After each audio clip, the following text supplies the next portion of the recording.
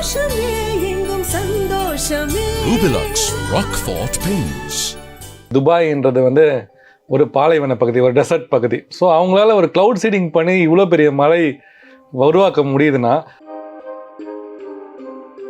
2003 தான் சென்னையை பொறுத்த வரைக்கும் 45 டிகிரி ஒரு நாள், அதாவது நமக்கு வந்து மே 31 நினைக்கிறேன் டேட், மே 31 தான் நமக்கு வந்து 45 டிகிரி நமக்கு வெயில் நமக்கு கிடைச்சதுன்னு பார்க்குறோம். 2003 அதுதான் அதிகபட்சமான வெயில் இன்னும் இருக்கும். அப்போ அதிகபட்சமாக போயிட்டே இருக்குன்னா அப்போ 45, 46, 47, 50 வந்துருக்கணும். இன்னும் 20 வருஷம் ஆயிடுச்சு, இன்னும் நம்ம அந்த 45 பட் ஸோ அதை அப்படி நம்ம பார்க்கக்கூடாது. நமக்கு இந்த வாட்டி தென்மேற்கு பருவமழை ஒரு நல்ல மழையாக இருக்க போது நம்ம எதிர்பார்க்க போகிறோம். ஸோ ஈவன் காவேரி நீர்பிடிப்பு பகுதிகளாக இருக்கட்டும், கேரளாவாக இருக்கட்டும், தமிழகமாக இருக்கட்டும், நம்ம சென்னையாக இருக்கட்டும், ஸோ எல்லா இடங்களையும் நமக்கு இந்த தென்மேற்கு பருவம் ஜூன் டு செப்டம்பர் வந்து ஒரு நல்ல மழை இருக்க போது. அதே மாதிரி தண்ணி பிரச்சனை இருக்கிற நம்ம நம்ம வட தமிழகமும் நம்ம தென் தமிழகமும் பெரிய தண்ணி பிரச்சனை கிடையாது. பட் உள் மாவட்டங்களெல்லாம் அந்த காவேரி நீர்பிடிப்பு பகுதிகளெலாம் கொஞ்சம் பிரச்சனை இருக்கிறது. ஸோ அது எல்லாமே கூட நமக்கு வந்து ஒரு ஜூன் மழை ஆரம்பித்து ஜூன் ஜூலை போகும்போது நிறைய பிரச்சனைகள் நமக்கு குறைந்து விடும் எதிர்பார்க்கும். வணக்கம் பிரதீப் ஜான். வணக்கம் சார். வழக்கமாக அரப் கண்ட்ரிஸ்னாலே நமக்கு வெயில், பாலைவனம், ஒட்டகங்கள் அப்படி தான் தெரியும். அதனால் திடீர்னு இவ்வளோ பெரிய அளவில் மழை பெஞ்சிட்டு இருக்கு, என்ன ரீசன் சார்? ஸோ எல்னினோ ஆண்டுகளில் நம்ம பொதுவாக வந்து பார்க்கும்போது நமக்கு இப்படி தென்மேற்கு பருவமழை இந்த வாட்டி வந்து அந்த இந்திய பகுதிகளான கர்நாடகா, காவேரி நீர் இங்கெல்லாம் போய்த்த மாதிரி ஹிஸ்டாரிக்கலாக பார்த்தீங்கன்னா நமக்கு இந்தியாவில் இந்த தென்மேற்கு பருவமழை குறைவான மழை கிடைச்சிருக்கிறத பார்க்குறோம் எல்னினோ ஆண்டுகளில். அதே மாதிரி எல்னினோ ஆண்டுகளில் இந்த மிடில் ஈஸ்ட் பகுதிகள், அதாவது நம்ம சவுதி அரேபியா, துபாய், நீங்கள் யமன், இந்த மாதிரி பகுதியிலலாம் மிடில் ஈஸ்ட்டில் வந்து பார்த்திங்கன்னா அவங்களோட அதிகமான மழை அந்த ஆண்டுகள் எடுத்து பார்க்கும்போது அது எல்லாமே அந்த எல்னினோ ஆண்டுகளோட நம்ம கோயின்சைட் ஆகிறத நம்ம பார்த்துருக்கோம். ஸோ இது வந்து ஒரு இயற்கையாக இந்த மாதிரி எல்னினோ வந்தால் இங்கே குறைவான மழை, இங்கே அதிகமான மழைன்றது வந்து அது ஒரு கிளைமேட் நார்மல், அதாவது எல்னினோ ஆண்டுகளுக்கான ஒரு நார்மலான விஷயங்கள். ஸோ அதை மாதிரி ஒரு மழை பெஞ்ச ஒரு மழையாக பார்க்குறோம். அதில் ஒரு அடர்ந்த மழை, ஸோ அந்த எக்ஸ்ட்ரீம் ரெயின்ஃபால் அந்த ஈவெண்ட்லாம் வந்திருக்கிறத நம்ம பார்க்குறோம். ஒரு சிலர் வந்து இது காரணமாக மேக விதைப்பு, அதாவது ஆர்டிஃபிஷியல் ரெயின் கிரியேட் பண்ணுறதுக்காக அவங்க சில முயற்சிகள் பண்ணி அதனால தான் இப்படி பெஞ்சிருக்கு அப்படின்றாங்க. அது உண்மையா? கிளவுட் சீடிங்ன்றது வந்து நமக்கு எல்லாருக்குமே தெரியும். துபாய்ன்றது வந்து ஒரு பாலைவன பகுதி, ஒரு டெசர்ட் பகுதி. ஸோ அவங்களால ஒரு கிளவுட் சீடிங் பண்ணி இவ்வளோ பெரிய மழை உருவாக்க முடியுதுன்னா அவங்க வருஷம் ஃபுல்லாக இந்த மாதிரி ஒரு மலையை உருவாக்கி அந்த பாலைவனத்தையே வந்து ஒரு செழிப்பான ஒரு இடமாக மாற்றுறது வாய்ப்பு இருக்குது. பட் அப்படிலாம் கிடையாது. ஸோ கிளவுட் சீடிங்ன்றது வந்து அதுக்குன்னு ஒரு சப்போர்ட் இருக்கணும் நமக்கு.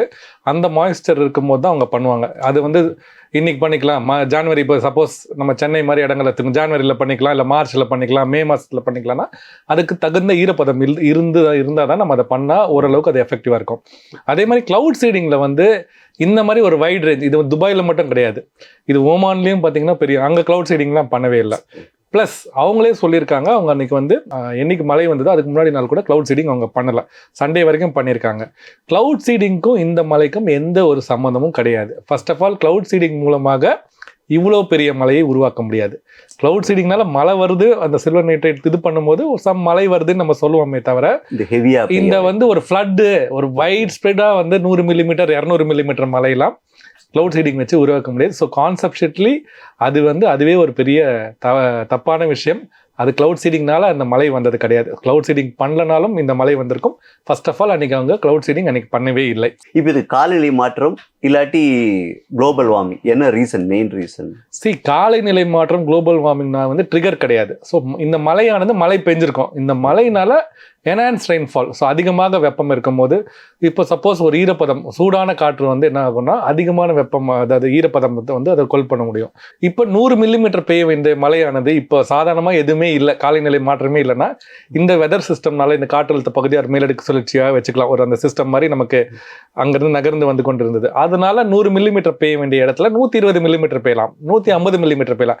இந்த ஒரு இதுதான் நம்ம காலநிலை மாற்றத்தில் நமக்கு எக்ஸ்ட்ரீம்ஸ் கொஞ்சம் அதிகமாகிறதுக்கான வாய்ப்பு இருக்கே தவிர இந்த மழைக்கு காரணமே காலநிலை மாற்றம் கிடையாது. ஸோ மழையானது அப்படின்னு மேகம் வந்து நம்ம இயற்கையாக நடக்கிறது நடந்துக்கிட்டு தான். ஸோ அந்த இன்க்ரீஸ்ட் எக்ஸ்ட்ரீம்ஸை தான் நம்ம பார்க்குறோமே தவிர இந்த மழை உருவானதுக்கு காரணமே அது வந்து காலநிலை மாற்றம் சொல்லக்கூடாது. நம்ம ஊர்லாம் ஃப்ளட் வரும்னு தெரிஞ்சு சில மழை நீர் வடிகால்கள் அதெல்லாம் இருக்கு. பட் துபாயில் வந்து அந்த மாதிரி எக்ஸ்பெக்டேஷன்லாம் கிடையாது. அதனால கூட அந்த ஃப்ளட் வந்துருக்கலாம் துபாய். அப்படி சொல்ல முடியாது. நமக்கு அதிகபட்சமாக பார்த்தீங்கன்னா துபாயில் வந்து 142 மில்லிமீட்டர் மழை பதிவாக பார்க்குறோம். ஏர்போர்ட் துபாய் ஏர்போர்ட்டில் 76 மில்லிமீட்டர் நினைக்கிறேன். ஏதோ ஒரு எக்ஸ்ட்ரீம் ஒரு இடத்துல மட்டும் 249 250 25 சென்டிமீட்டர் கிட்ட நமக்கு மழை பதிவானது பார்க்குறோம். ஸோ எல்லா ஏரியாத்துலையும் ஒரு பயங்கரமாக அப்படி 200 மில்லிமீட்டரோ, இப்போ நமக்கு எப்படி மிச்சாங் சைக்ளோன் பார்த்தீங்கன்னா சென்னை முழுவதுமே எல்லா இடங்கள்ல இந்த பகுதியிலேருந்து இந்த பகுதி வரைக்குமே எல்லா இடத்துலையுமே நமக்கு 400 மில்லிமீட்டர் கிட்ட மழை பதிவானது. 400 450 மில்லிமீட்டர் அந்த ஒரு நாளில் Sunday night December 3 December Monday morning night வரைக்கும் இந்த 24 மணி நேரத்தில் நம்ம பதிவானது பார்த்தோம். அந்த மாதிரி கிடையாது. இது ஆங்காங்கே 100 மில்லிமீட்டரும், சில இடங்களில் 150 மில்லிமீட்டர், சில இடத்துல வந்து ஒரே ஒரு இடத்துல மட்டும் 250 மில்லிமீட்டர் மழை பதிவாயிருக்கிறத பார்க்குறோம். ஸோ இந்த மாதிரி டெசர்ட்டில் பண்ணும்போது என்ன ஆகுனா எல்லாமே ரன் ஆஃப்னு நம்ம சொல்லுவோம். ஏன்னா உங்களுக்கு தெரியும் சாயில் வந்து இருக்காது. ஸோ மேல்கொண்டே தண்ணி வரும்போது அது அப்படியே அதை வந்து வாதின்னு சொல்லுவாங்க. ஒரு திடீர்னு ஒரு ஸ்ட்ரீம் மாதிரி ஆறு மாதிரி அடிச்சுட்டு ஃப்ளாஷ் ஃப்ளட் மாதிரி போகும். ஸோ அந்த மாதிரி ஒரு ஈவெண்ட்டாக தான் நம்ம இதை வந்து நம்ம பார்க்குறோமே தவிர இதுக்கு வந்து நம்ம ஒரு டிராபிக்கல் கண்ட்ரி நம்ம இந்த சாயில் கண்டிஷனையும் ஒரு டெசர்ட் இதுவும் பண்ண முடியாது. ஈவன் ஒரு 20 மில்லிமீட்டர் மழை நமக்கு சாதாரணமாக பேர் வெப்பசலன மழை கூட அங்கே ஒரு பெரிய ஃப்ளட் எஃபெக்ட் மாதிரி அங்கே காட்டும். ஸோ 100 மில்லிமீட்டர்ன்றது அங்கே வந்து ஒரு எக்ஸ்ட்ரீமான ஒரு, ஏன்னா அவங்களுக்கு சராசரியாக ஒரு ஆண்டுக்கே வந்து பார்த்தீங்கன்னா அவ்வளோதான் கிடைக்கும். ஸோ ஆல்மோஸ்ட் ஒரு வருஷத்துக்கு கிடைக்கிற மழை ஒரு நாளில் கிடைக்கும் போது அது ஒரு மிகப்பெரிய எக்ஸ்ட்ரீம் ஈவெண்ட் தான் நம்ம சொல்லணும். இதை முன்கூட்டியே கெஸ் பண்ணிருக்க முடியாதா? இப்போ சென்னைக்கே அந்த தப்பு நடந்துச்சுன்றாங்க, கெஸ் பண்ண முடியல அப்படின்ற. சென்னை கெஸ் பண்ணாங்களே கனமழைன்றது சென்னை கெஸ் பண்ணுமே. கண்டிப்பாக இது சண்டே அன்னைக்கே நம்மளால எல்லா மாடல்ஸுமே இது மழை அதுதான் நான் சொல்கிறேன். ஸோ நீங்கள் க்ளவுட் சீடிங்னா நம்ம க்ளவுட் சீடிங் பண்ணுறதுக்கு முன்னாடி எப்படி இந்த வெதர் மாடல்ஸ் வந்து அதுங்களால் ப்ரெடிக்ட் பண்ண முடிஞ்சது. ஸோ அதுக்கு 2 நாள் முன்னாடியே நமக்கு இந்த மாதிரி ஒரு மழை வரப்போகுதுன்றது 100 மில்லிமீட்டர் இங்கெல்லாம் மழை பெய்ய போகுதுன்றது நமக்கு அது வந்து அந்த மக்களுக்கு நீங்கள் கேட்டிங்கன்னா அவங்களே சொல்லுவாங்க 2 நாள் முன்னாடியே கனமழை பெய்ய போகுதுன்றலாம் அங்கே எல்லாருக்குமே அங்கே தெரிஞ்சிருக்குது. ஸோ அந்த மாதிரி கணிக்கப்பட்ட ஒரு விஷயம் தான் இது. துபாய் அப்படி சென்னைக்கு வருவோம் சார். வழக்கமாக ஒவ்வொரு தடவையுமே வெயில் வரும்போது அப்பா இந்த வருஷம் போன வருஷம் அதிக வெயிலாக இருக்கே அப்படின்னு சொல்லுவாங்க. அது பேச்சுக்காக அப்படி சொல்கிறாங்களா இல்லை நிஜமாவே கொஞ்சம் கொஞ்சமாக கூட்டிகிட்டே வருதா சார்? ஒரு வருஷம் ஆகும்போது உங்களுக்கும் வயசு அதிகமாகிட்டே வருது. ஸோ நமக்கு வந்து சின்ன வயசில் நம்மளால் வெயிலில் புகுந்து விளையாடிட்டு இருப்போம். அதே மாதிரி நம்ம எல்லா இடத்துலையுமே நம்ம இப்போ ஏசி குளிர் இதெல்லாம் வச்சுட்டு இருக்கோம். ஸோ நம்ம அந்த ஒரு ஆஸ்பெக்டையும் நம்ம எல்லாருமே நம்ம பார்க்கணும். அன்றைக்கெல்லாம் பார்த்தீங்கன்னா ஏசி இருக்குது அந்த வீட்டில் அப்படின்னு நம்ம பார்ப்போம். நம்ம 90ஸ்லாம் பார்த்தீங்கன்னா. ஸோ இப்போ அப்படி கிடையாது. எங்கள் எல்லா இடத்துலையுமே சென்ட்ரலைஸ்ட் ஏசி அந்த மாதிரி நம்ம பண்ணி வச்சுருக்கோம். ஸோ அது ஒரு காரணம். அதிகரிச்சுட்டே போகுதுன்னா நமக்கு வந்து 2003 தான் சென்னையை பொறுத்த வரைக்கும் 45 டிகிரி ஒரு நாள், அதாவது நமக்கு வந்து மே 31 நினைக்கிறேன் டேட், மே 31 தான் நமக்கு வந்து 45 டிகிரி நமக்கு வெயில் நமக்கு கிடைச்சதுன்னு பார்க்குறோம். 2003 அதுதான் அதிகபட்சமான வெயில் இன்னும் இருக்கும். அப்போ அதிகபட்சமாக போயிட்டே இருக்குன்னா அப்போ 45 46 47 50 வந்துருக்கணும். 20 வருஷம் ஆயிடுச்சு இன்னும் நம்ம அந்த 45 பட் ஸோ அது அப்படி நம்ம பார்க்கக்கூடாது. இந்த காலநிலை மாற்றத்தை நம்ம எப்படி பார்க்கணும்னா இந்த 40 டிகிரி எவ்வளோ நாள். ஸோ போன வருஷம் வந்து நமக்கு 10 நாள் வந்திருக்குது 40 டிகிரி. இந்த வாட்டி அதே 40 டிகிரி 11 நிறைய. ஸோ இந்த 40 டிகிரிஸ் எவ்வளோ ரிப்பீட் ஆகுது இந்த மாதிரி நம்ம ஒரு ஹீட் தான் பார்க்கணுமே தவிர அந்த ப்ளஸ் ஆவரேஜ் டெம்பரேச்சர் நைட் டெம்பரேச்சரோடு சேர்த்து நமக்கு எப்படி இருக்குது. ஸோ இந்த மாதிரி அனாலிசிஸ் தான் நம்ம பார்க்கணுமே தவிர இந்த 40 டிகிரியே பார்த்தீங்கன்னா 2 வருஷத்துக்கு முன்னாடி 40 டிகிரி ஒரு நாள் கூட சில டைம் வரல. ஸோ விட்டு இது வந்து நமக்கு ஏற்ற மாதிரி தான் வருது. ஏன்னா மே மாதத்தில் ஏதாவது ஒரு புயல் வந்து அருகில் வந்து நம்மக்கிட்ட வராமல் அப்படியே பர்மா பக்கத்தில் செல்லும் போது ஈரப்பதத்தை எல்லாம் ஏற்றுக்கொண்டு விடும். அன்னைக்கு பார்த்தீங்கன்னா பயங்கரமான ஒரு சூடு ஒரு ஹீட் வேவ்ஸ் இருக்கும். ஸோ இப்போ 98 பார்த்தீங்கன்னா இதே மாதிரி ஒரு புயல் வந்து நாகப்பட்டினத்துக்கு அருகே ரொம்ப 100 கிலோமீட்டர் கிட்ட வந்து அங்கிருந்து அப்படியே பர்மாக்கு டர்ன் ஆயிடுச்சு. ஸோ அப்போ என்ன போன வருஷம் கூட மே ஃபர்ஸ்ட் வீக்ல வந்து நல்லா மழை பெய்யுது. போன வருஷம்ல அதுக்கு முன்னாடி வருஷம் 2022 நமக்கு அதே மாதிரி ஒரு புயல் ஆனது ஆந்திரா கிட்ட வரும்போது மே ஃபர்ஸ்ட் முதல் வாரத்தில் நமக்கு நல்ல மழை பெய்ஞ்சது நம்ம பார்த்துருக்கோம். இந்த வருஷம் அதுக்கு வாய்ப்பு இருக்கா சார்? கண்டிப்பா நமக்கு அந்த மாதிரி ஏதாவது, ஏன்னா நமக்கு சென்னை போன்ற நகரத்துக்கு மழை பெய்யணும்னா கடல்ல இருந்து தான் வரணும். ஏன்னா மேற்கு திசை இப்போ வெள்ளூர் பக்கத்தில் இருக்க மேகங்கள் உருவாகுதுன்னு வச்சுக்கோங்களேன். இன்னும் கீழே மேற்கு திசையிலேருந்து காற்று வேறு, ஏன்னா தென்மேற்கு பருவமழை தொடங்கவில்லை. அப்படின்னும் போது அந்த காற்று வந்து மேகங்கள் நகர்ந்து அங்கிருந்து அப்படியே நமக்கு சென்னைக்கு வராது. ஸோ கடல் பக்கத்தில் ஏதாவது உருவாகி ஒரு காற்றழுத்த பகுதியோ இல்லை மேலடுக்கு சுழற்சியோ வந்து அப்படி வந்தால் தான் நமக்கு உரிமை தவிர இந்த பக்கத்துலேருந்து ரொம்ப ரேர் தான். மேபி ஆவடி வரைக்கும் வரலாம், இல்லை காஞ்சிபுரம் ஸ்ரீபெரும்புதூர் வரைக்கும் வரலாம். பட் நகரத்துக்குள்ளே நம்ம மோஸ்ட்டாக நகராது. ஏன்னா ஈவினிங் ஆனால் அந்த கிழக்கு காற்று அதிகமாக இருக்கும். இங்கே வர எல்லாமே கொஞ்சம் தள்ளி தான் வந்து அந்த காட்டன் கன்வர்ஜென்ஸ் நம்ம சொல்லுவோம், அது இருக்கிறதுக்கு வாய்ப்பு இருக்கே தவிர ஏப்ரல் மே நமக்கு எப்பயுமே ரொம்ப அந்த கடலோர பகுதிகள் ரொம்ப ரொம்ப ரேர் தான். நமக்கு 6 வருஷத்துக்கு ஒரு வாட்டி ஒரு புயல் வந்திருக்குது நம்ம பார்க்குறோம். நமக்கு 2004 வந்து பயங்கர நல்ல மழை கிடைத்தது. 2010 நமக்கு லைலா புயல் வந்தது, அந்த நேரத்தில் நல்ல மழை கிடைத்தது. அதே மாதிரி 2016 ரகோனோ புயல்னு சொல்லி எலெக்ஷன் டைமில் ஞாபகம் இருக்கான்னு உங்களுக்கு தெரியல. அதே மாதிரி நான் அந்த புயல் வரும்போது நமக்கு நல்ல மழை நம்ம கிடைத்ததை பார்த்தோம். ஸோ அது 2022. ஸோ அந்த 22 அசானி புயல்னு ஒரு புயல் வந்தது, அதனால நமக்கு அசானின்னு நினைக்கிறேன் பேர், அந்த புயல். ஸோ 6 வருஷத்துக்கு ஒரு வாட்டி இந்த மாதிரி வரும்போது தான் நமக்கு வந்து மே மாதத்தில் வருமே தவிர, அதுக்கப்புறம் தென்மேற்கு பருவமழை தொடங்கின பிறகு அங்கே மேகங்கள் மேற்கு திசையில் இந்த காற்று வரும்போது மேகங்கள் தள்ளி அப்படியே ஜூன் பெரிய மழை இருக்காது. போன வருஷம் நமக்கு பெரும் வெப்பத்தில் அதிகமான வெப்பம் ஜூன் மாதத்தில் நமக்கு வந்து ஸ்கூலுக்கே லீவ் விட்டு நமக்கு ஜூன் 10ஆம் தேதிக்கு மேலே நம்ம திறந்ததை நம்ம பார்த்தோம். அப்போ அதே மாதிரி ஒரு சூடு இருக்கும்போது எக்ஸ்ட்ரீம் ஜூன் மாசத்துல போன வாட்டி நமக்கு 18ஆம் தேதி 19ஆம் தேதி கிட்டத்தட்ட 150 மில்லிமீட்டர்லாம் பெஞ்ச பெரும் மழை நமக்கு அந்த பார்த்தோம். ஸோ அது ரொம்ப ரேர் தான் அந்த மாதிரி விஷயங்கள். இந்த வருஷம் எப்படி இருக்குன்னு நினைக்கிறீங்க? இல்ல இது வந்து நம்ம ஐசோலேட்டட், நம்ம எக்ஸாக்டா போய் முன்கூட்டியே சொல்ல முடியாது.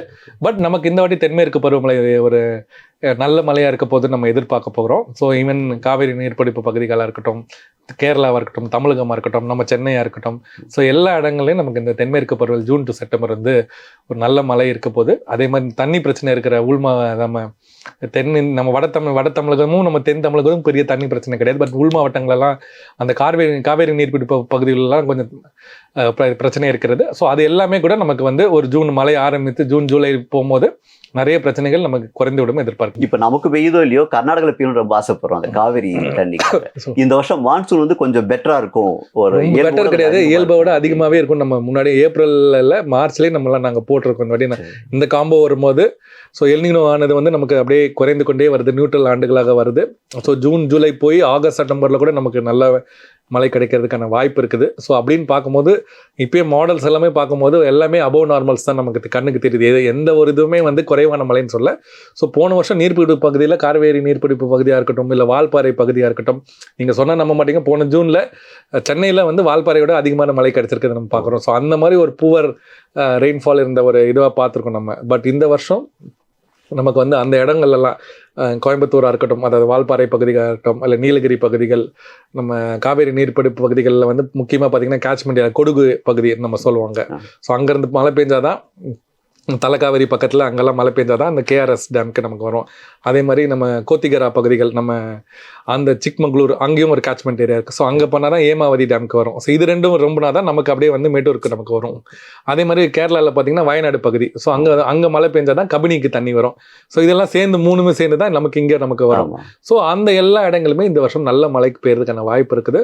ஸோ இப்போ நமக்கு ரொம்ப முன்னாடி நம்ம சொல்ல முடியாது, பட் சில இடத்துல ரொம்ப எக்ஸ்ட்ரீமான ரெயின்ஃபால்ஸ் கூட நம்ம பாசிபிளி எதிர்பார்க்குறோம். ஸோ இந்த வருஷம் அந்த மேற்கு தொடர்ச்சி மலைப்பகுதியில் உள்ளவங்களுக்கு எக்ஸ்ட்ரீம் ரெயினுக்கு கொஞ்சம் அலர்ட்டாக இருக்கணும். ஸோ கண்டிப்பாக எக்ஸஸ் ரெயின்ஃபால் இருக்குது. தண்ணி பிரச்சனை எல்லாம் இருக்கிற எல்லா இடத்துலையுமே தண்ணி பிரச்சனை இல்லாமல் போய் வெயிலும் ரொம்ப கடுமையாக இருக்காது இல்லையா? வெயில் வந்து நமக்கு சொன்ன மாதிரி அதை சிங்குலராக 40 டிகிரின்றது நமக்கு இன்னைக்கு பார்த்தீங்கன்னா மீனம் பக்கம் 38 டிகிரி 38 சம்திங் நமக்கு பதிவாயிருக்கு பார்க்கலாம். வீக்கெண்டில் தான் அதிகமாகவும் ஏதோ சொல்லி. ஸோ இப்போ நாளைக்கெல்லாம் பார்த்தீங்கன்னா இன்னும் கொஞ்சம் போக நம்ம மீனம்பாக்கம்ல 40 டிகிரி வரைக்கும். ஏன்னா ஏப்ரலில் சென்னையெல்லாம் 40 டிகிரி தொடர்றதுலாம் ரொம்ப ரேர் தான். லாஸ்ட் 15 வருஷத்தில் நுங்கம்பாக்கம் வந்து நம்ம 2 இருக்குது அப்சர்வேட்டரிஸ். நுங்கம்பாக்கம் நம்ம சென்னை சிட்டியும், மீனம்பாக்கம் ஏர்போர்ட்டும் நமக்கு இருக்குது. ஏர்போர்ட் கொஞ்சம் உள்ளே இருக்கிறதுனால எப்பயுமே ஒரு 2 டிகிரி அதிகமாக நுங்கம்பாக்கத்தோடு இருக்கும். ஸோ நுங்கம்பாக்கம் 40 டிகிரி வருகின்ற நாட்களில் டச் பண்ணுறதுக்கான வாய்ப்பு இருக்குது. நுங்கம்பாக்கம் பொறுத்த வரைக்கும் ஒரு 37, 38 அது வரைக்கும் வரதுக்கான வாய்ப்பு இருக்குதுன்னு பார்க்குறோம். ஸோ அடுத்த சில நாட்கள் கண்டிப்பாக வெப்பம் கொஞ்சம் அதிகரித்து தான் இருக்கும்னு நினைக்கிறேன். வட தமிழகத்தாக இருக்கட்டும் 40 ஒட்டியே சில இடங்களில் இருக்கிறதான வாய்ப்பு இருக்குது. சில உள் மாவட்டங்களில் 42 வரைக்கும் கூட போகிறதுக்கான வாய்ப்பு இருக்குது. கருத்துக்கள் சொன்னது மிக்க நன்றி சார். நன்றி.